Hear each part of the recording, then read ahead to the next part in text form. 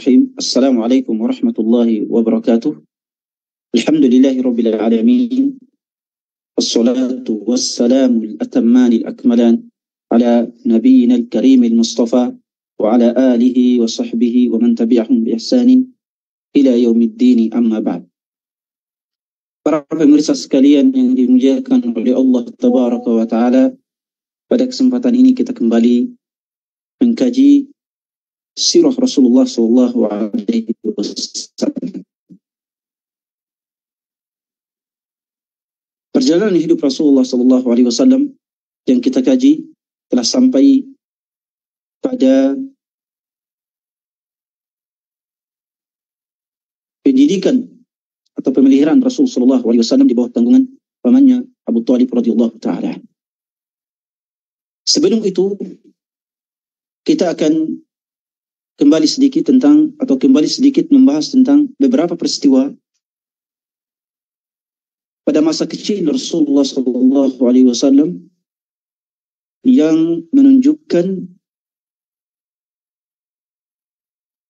atau memberikan isyarat tentang kenabian beliau alaihi salatu wassalam. Kita ketahui bersama sebelumnya atau sudah kita kaji sebelumnya bahwa Rasulullah sallallahu alaihi wasallam disusui oleh Halimah As-Sa'diyah radhiyallahu taala anha. Tentunya ibu susuan Rasulullah sallallahu alaihi wasallam ada dua selain bunda beliau. Karena ketika Rasulullah sallallahu alaihi wasallam lahir, tentunya disusui oleh ibunda beliau Aminah.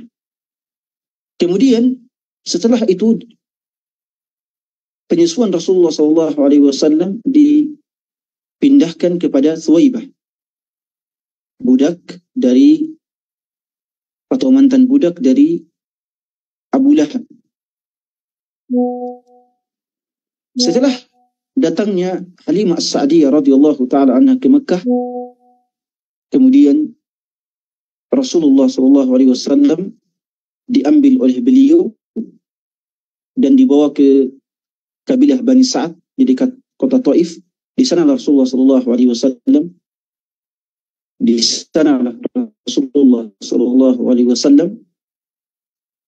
mengisi atau hidup dan dipelihara pada 2 tahun pertama setelah kelahirannya. Artinya Rasulullah sallallahu alaihi wasallam selama masa bayi beliau hidup di Bani Sa'ad bersama Halimah As-Sa'diyah radhiyallahu taala anha. Disinilah Halimah As-Sa'diyah kemudian melihat berbagai hal, berbagai petunjuk yang menunjukkan bahwa Rasulullah sallallahu alaihi wasallam akan menjadi seorang figur, seorang tokoh, seorang nabi dan rasul. Ketika Halimah As-Sa'diyah balik ke kampungnya dengan membawa Rasulullah sallallahu alaihi wasallam, kambing-kambing keluarga beliau yang dahulunya sangat sulit untuk mengeluarkan air susu, maka dengan dipeliharanya Rasulullah sallallahu alaihi wasallam, ya kambing-kambing yang ada di keluarga beliau kemudian dengan mudahnya ya mengeluarkan air susu dan ya kambing-kambing tersebut hidup dengan ya pemeliharaan yang lebih baik. Ya. Ini merupakan keberkahan sendiri dari diri Rasulullah sallallahu alaihi wasallam. Setelah 2 tahun Halimah As-Sa'diyah kemudian kembali ke kota Mekah dengan tujuan untuk mengembalikan Rasulullah sallallahu alaihi wasallam kepada ibunda beliau Aminah. Kemudian ya ketika tiba di Mekah, Halimah tentunya sangat suka dengan Rasulullah sallallahu alaihi wasallam, dengan Muhammad. Ketika tiba di Mekah, Halimah kemudian meminta kepada Aminah agar tetap ya atau membujuk Aminah agar tetap meninggalkan Muhammad yang masih bayi dengan dirinya di Bani Sa'ad. Tentunya Aminah sebagai ibu beliau ya, sangat tidak mau karena sudah lama berpisah dengan Muhammad sallallahu alaihi wasallam. Tetapi Halimah As-Sa'diyah kemudian membujuk bahwa ya kota Mekah dipenuhi dengan ya berbagai dikhawatirkan ya kalau Rasulullah sallallahu alaihi wasallam hidup di kota Mekah maka mungkin Rasulullah akan terkena penyakit menular dan sebagainya. Ya, maka Aminah pun merelakan Rasulullah sallallahu alaihi wasallam agar terus dipelihara oleh Halimah As-Sa'diyah. Jadi perjanjian penyusuan Rasulullah sallallahu alaihi wasallam adalah 2 tahun. Tetapi Halimah kemudian meminta agar dipanjangkan menjadi beberapa tahun ke depan. Sebab itu 4 tahun pertama dari kehidupan Rasulullah sallallahu alaihi wasallam beliau habiskan di kabilah Bani Sa'd, di kabilah Bani Sa'd.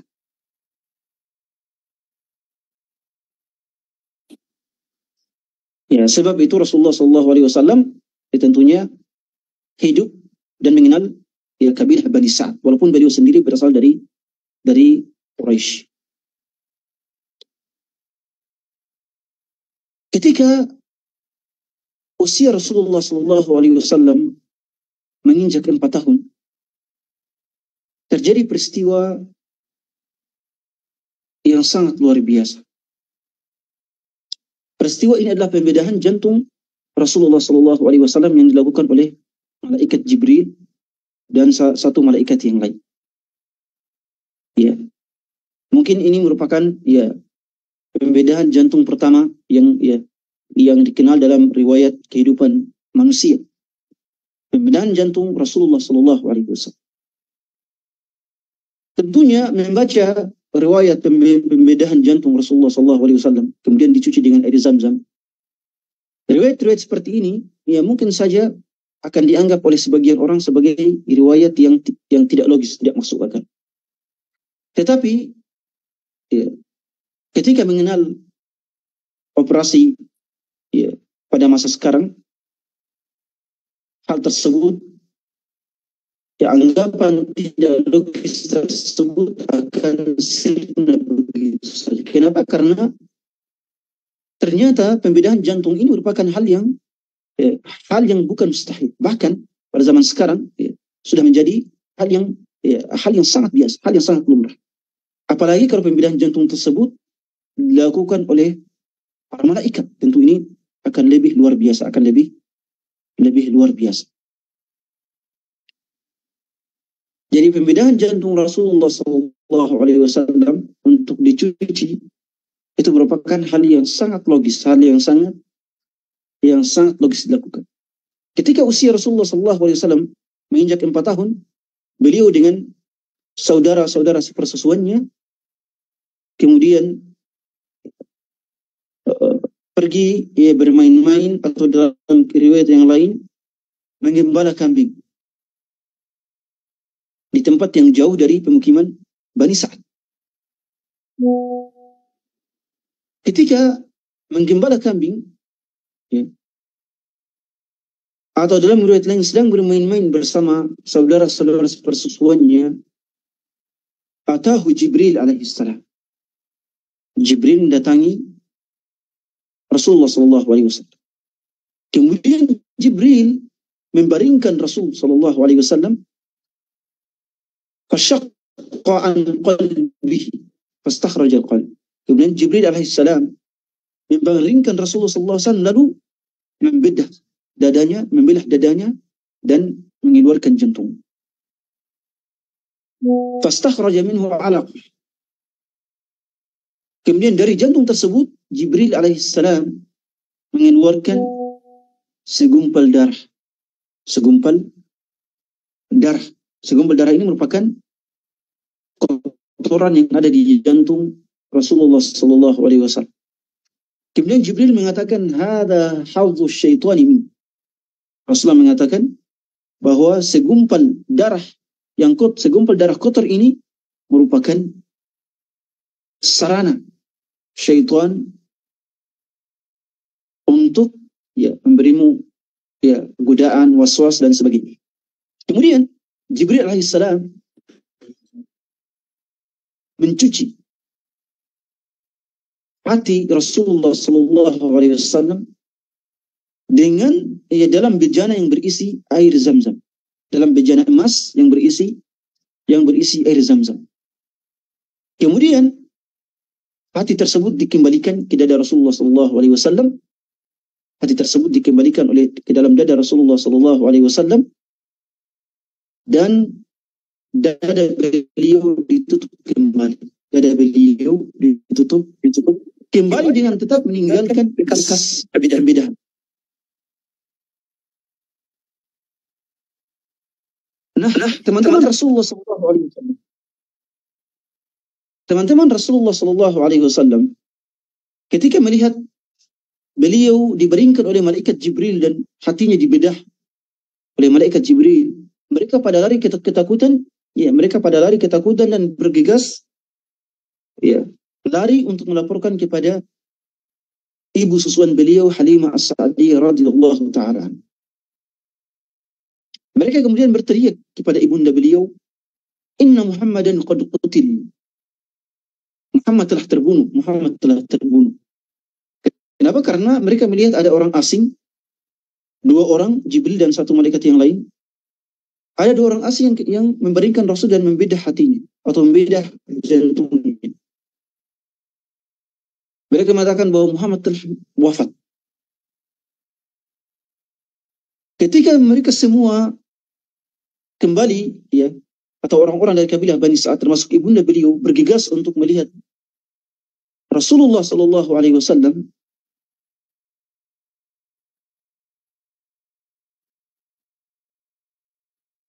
ternyata mereka mendapati Rasulullah sallallahu alaihi wasallam muntaqi'ul laun. Wajah kulitnya sudah lebih cerah dari sebelum.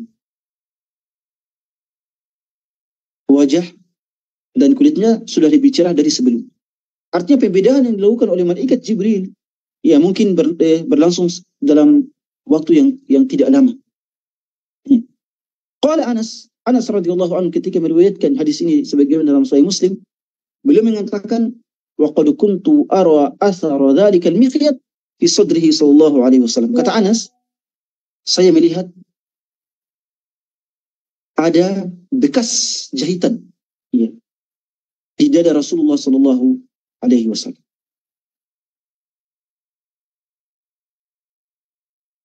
Ini menunjukkan bahwa pembedaan yang dilakukan malaikat Jibril adalah pembedaan yang super canggih, yang super canggih. Itulah kali pertama Rasulullah sallallahu alaihi wasallam dibedah jantungnya oleh malaikat Jibril dan disucikan dari berbagai kotoran yang menjadi sarana syaitan untuk memasuki tubuh beliau dan menggoda beliau alaihi salatu wassalam. Tentunya kita semua sebagai manusia biasa tidak bisa melakukan hal tersebut. Kalau ada orang mengatakan bahwa kalau begitu saya juga akan membedah jantung saya dan mengeluarkan segumpal darah tersebut dan kemudian dicuci dengan air Zam-Zam. Kita katakan itu tidak akan bermanfaat sama sekali. Itu tidak akan bermanfaat sama sekali. Yang pertama yang melakukan pembedahan tersebut adalah malaikat Jibril atas perintah Allah tabaraka wa ta'ala. Bukan manusia biasa yang tidak memiliki perintah dari siapapun. Kemudian yang kedua, bahwa malaikat Jibril alaihissalam ketika membedah jantung Rasulullah sallallahu alaihi wasallam, yang disucikan malaikat Jibril adalah jantung beliau sekaligus roh dan jiwa beliau alaihi salatu wassalam. Jadi yang disucikan tersebut adalah bukan jantung yang bisa terlihat, tetapi yang disucikan juga adalah jiwa Rasulullah sallallahu alaihi wasallam. Pembedaan jantung Rasulullah sallallahu alaihi wasallam yang sahih bahwa ia terjadi dalam dua kali. Yang pertama adalah ketika beliau berumur 4 tahun di kabilah Bani Sa'ad. Yang kali kedua adalah ketika beliau akan melakukan Isra dan Mi'raj demi bertemu dengan Allah tabaraka wa ta'ala. Tapi sebagian ulama mengatakan bahwa pembedaan jantung beliau yang dilakukan oleh para malaikat terjadi sebanyak 3 kali. Yang pertama pada umur 4 tahun, yang kedua pada usia beliau 20 tahun. Yang kedua adalah pada saat beliau diutus untuk menjadi rasul pada usia 40 tahun, dan yang ketiga adalah ketika beliau akan melakukan Isra dan Mi'raj, ya, Isra ke Baitul Maqdis dan Mi'raj ke langit ketujuh. Ada juga yang mengatakan bahwa pembedahan jantung beliau berlangsung selama atau sebanyak 4 kali. Yang pertama adalah berusia 4 tahun, kemudian yang kedua berumur 20 tahun, yang ketiga berumur 40 tahun ketika diutus sebagai rasul, dan yang keempat adalah ketika beliau sallallahu alaihi wasallam melakukan Isra dan Mi'raj ke langit yang ketujuh. Tapi yang paling sahih bahwa pembedahan jantung beliau sebagaimana dalam riwayat yang diriwayatkan oleh para ulama secara sahih sebanyak 2 kali. Yang pertama adalah ketika beliau berumur 4 tahun, dan kedua adalah ketika peristiwa Isra dan Mi'raj Rasulullah sallallahu alaihi wasallam. Peristiwa pembedahan jantung Rasulullah sallallahu alaihi wasallam di kabilah Bani Sa'ad ini membuat atau menyebabkan ibunda susuan beliau Halimah As-Sa'diyah khawatir tentang keselamatan Muhammad. Sebab itu beliau kemudian segera berinisiatif untuk mengembalikan Rasulullah sallallahu alaihi wasallam kepada ibunda beliau di Mekah agar tidak terjadi hal-hal yang tidak diinginkan. Ya. Karena kalau Rasulullah sallallahu alaihi wasallam wafat di kabilah Bani Sa'ad, tentunya ya Halimah As-Sa'diyah ya akan dibebankan tanggung jawab atas wafatnya tersebut. Makanya beliau mengembalikan Rasulullah sallallahu alaihi wasallam kepada ibunda beliau ya pada usia Rasul memasuki 4 tahun. Kembalilah Halimah As-Sa'diyah kepada ibunda ya, ke Mekah dengan membawa Rasulullah sallallahu alaihi wasallam. Dan kita sudah sebutkan kisah. Peristiwa lain yang menunjukkan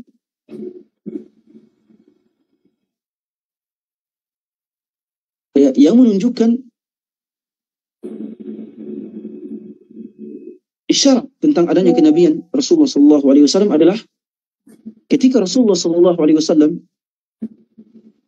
menemani pamannya Abu Talib radhiyallahu taala Abu Talib belum masuk Islam ya. Ketika ya menemani pamannya untuk berdagang ke negeri Syam.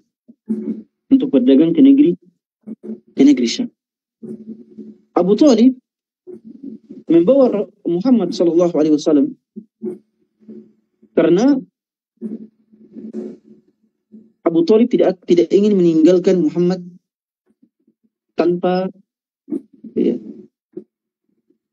tanpa perhatian dirinya sendiri. Artinya Abu Talib ingin mendidik Muhammad sallallahu alaihi wasallam dan tidak ingin Muhammad jauh dari diri. Makanya Muhammad sallallahu alaihi wasallam senantiasa dibawa oleh Abu Talib, termasuk dalam perjalanannya menuju negeri Syam.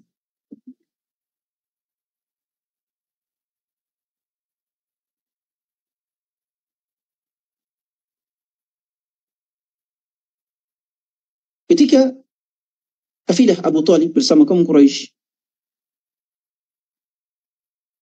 mendekati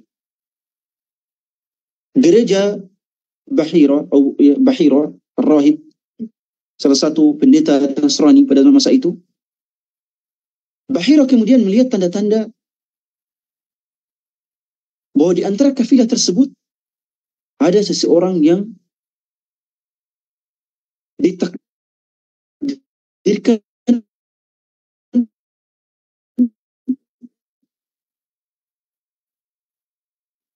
untuk menjadi seorang nabi setelah Isa alaihissalam.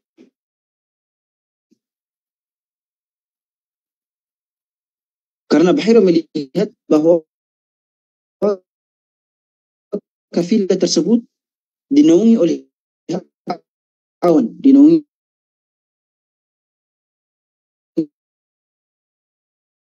oleh awan. Kemanapun mereka pergi,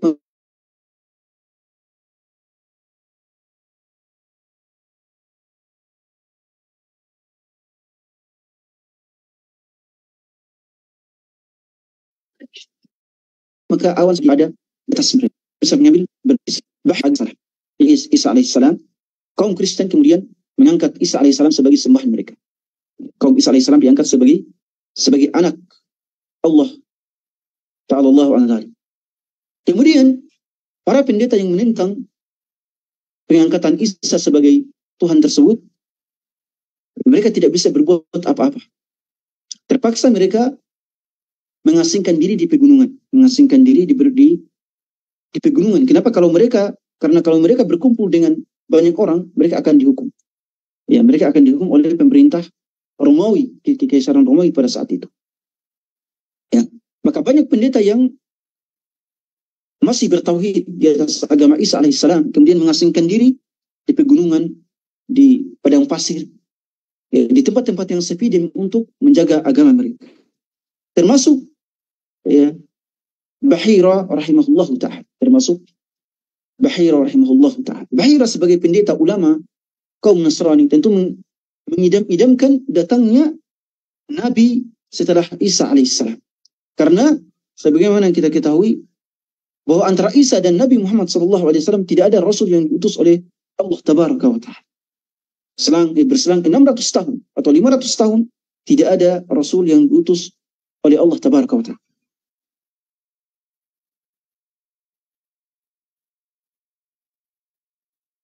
Sebab itu para pendeta Nasrani pada zaman itu sangat menanti-nanti kedatangan Rasul yang baru setelah Isa alaihissalam.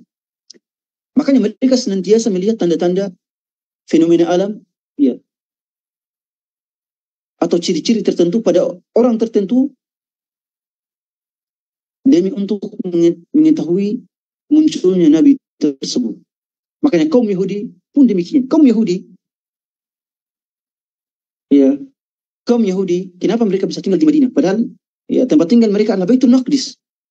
Karena dalam kitab Perjanjian Lama diisyaratkan bahwa Nabi akhir zaman akan muncul di tempat yang banyak kurmanya, di tempat yang banyak pohon kurmanya. Makanya kaum Yahudi kemudian berpindah ke Taima. Taima adalah bagian utara Arab Saudi. Taima memiliki pohon kurma yang sangat banyak. Ya. Pohon kurma yang sangat banyak dan di sana, ya, dan mereka kemudian menganggap bahwa Taima adalah tempat munculnya Nabi akhir zaman. Tetapi setelah mereka tiba di Taima, mereka merasa bahwa Taima bukanlah tempat yang cocok untuk munculnya Nabi akhir zaman. Kemudian mereka mencari dan kemudian mereka mendapati kota Yathrib atau Madinah adalah tempat yang cocok sebagai tempat munculnya Nabi akhir zaman. Makanya kaum Yahudi kemudian banyak berpindah ke Madinah demi untuk menanti Nabi akhir zaman. Tetapi problemnya ketika mereka pindah ke Madinah dengan tujuan, ya, agar Nabi akhir zaman berasal dari kaum Yahudi. Tapi ternyata Nabi akhir zaman berasal dari bangsa Arab. Hal itu membuat mereka kemudian hasad, dengki, yang pada akhirnya membuat mereka tidak beriman kepada Rasulullah Sallallahu Alaihi Wasallam dan dicap oleh Allah Tabaraka wa Taala sebagai orang-orang yang sesat, sebagai orang-orang yang sesat. Bahira rahimahullah taala ketika melihat kafilah ini dinaungi oleh awan, kemudian Bahira mengundang mereka untuk makan untuk makan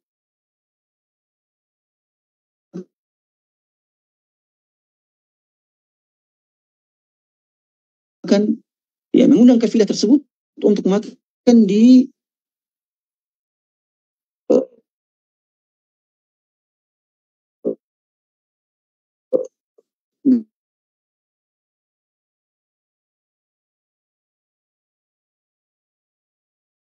gerejanya.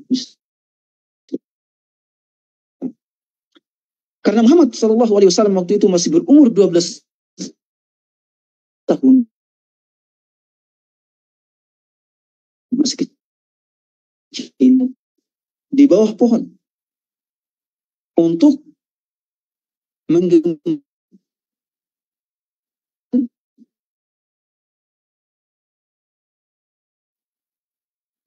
kafilah.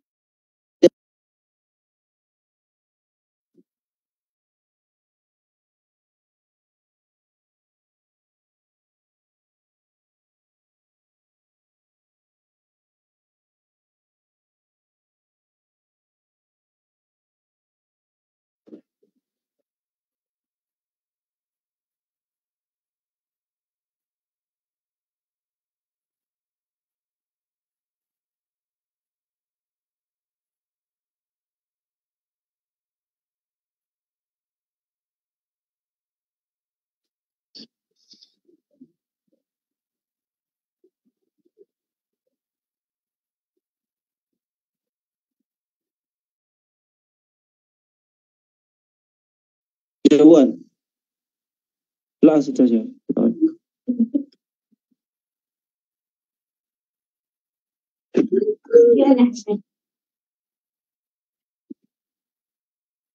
Ketika Bahira rahimahullah ta'ala melihat bahwa di antara yang hadir tidak ada yang memiliki tanda-tanda kenabian, kemudian beliau merasa bahwa bahwa kafilah Quraisy meninggalkan seseorang di tempat penggimbalan unta-unta mereka. Maka Bahira pun menegur mereka, kenapa kalian meninggalkan orang lain? Karena Bahira mengetahui bahwa yang ditinggalkan tersebut adalah orang yang memiliki tanda kenabian. Bahira kemudian menyerahkan mereka, kenapa kalian meninggalkan seseorang dan tidak ikut serta dalam undangan makan di tempat saya. Kemudian salah seorang mereka mengatakan, ya Bahira, orang yang kami tinggalkan tersebut hanyalah seorang anak kecil.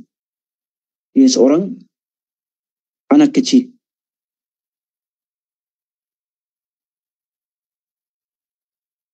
Kemudian Bahira mengatakan, kalau begitu, falyahdur hadzal ghulam ma'akum. Jangan kalian tinggalkan sendirian, silahkan anak ini hadir bersama kalian.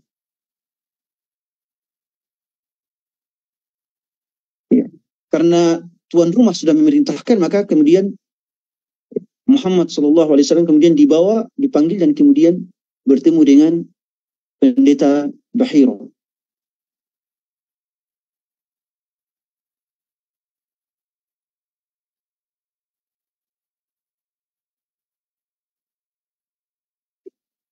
Setelah Bahira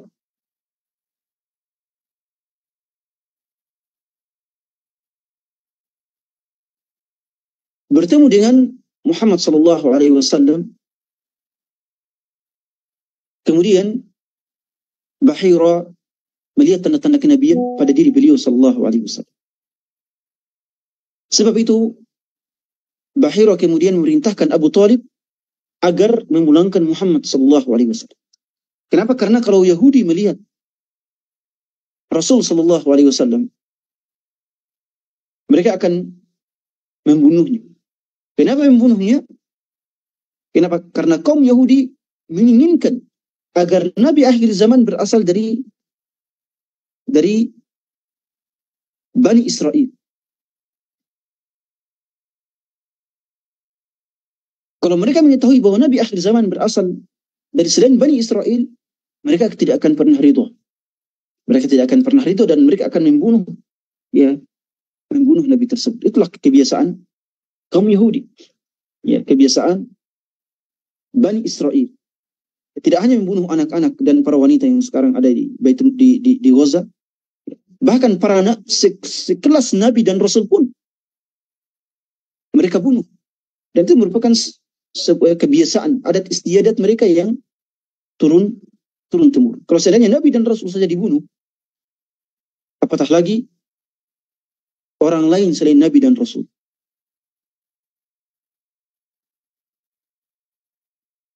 Kemudian Rasulullah SAW pun kemudian balik ke kota Mekah dan tidak melanjutkan perjalanan ke negeri Syam. Ini merupakan beberapa kisah masa kecil Rasulullah SAW yang mengisyaratkan adanya